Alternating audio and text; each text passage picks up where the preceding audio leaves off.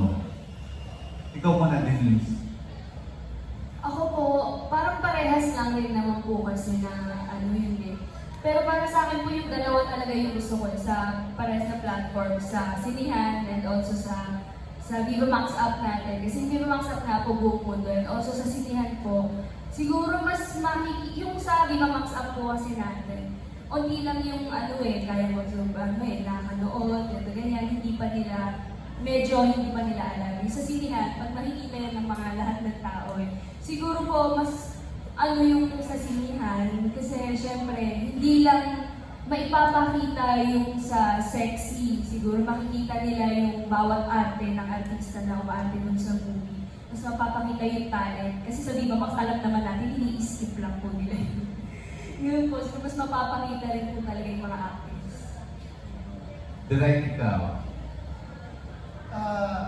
Thank you pala sa question, Romel. Ngayon pala ulit nakita si Romel sa ganitong event. Sa akin okay lang kahit ano. Parehas lang halos. Sa streaming, sure ball. Management decision na ipalabas siya sa streaming, okay lang. Palabas ka rin sa cinema, okay lang din. Kasi ang lamang lang sa streaming, buong mundo napapanood ka na. Ang OFW viewers natin napapanood na nila to. Ibang nasyon, napapanood na nila ang Viva Max. Yan, nasa ilalim natin. Meaning, galing kami sa Indonesia last week. Ang Indonesian market ay triple ng market natin. At nanonood sila ng Viva Max. So meaning, hindi ito ang market natin, mga Pinoy. Ang market pala natin ay international. So meaning, okay din naman. Okay din naman po na tumabo ka sa takilya sa local. Kasi pag tumabo ka sa local, yun yung nagiging pasya ng streaming platform na nilalabanan natin ni Netflix. Kung tumabo ka sa takilya, bibili ka nila ng mahal.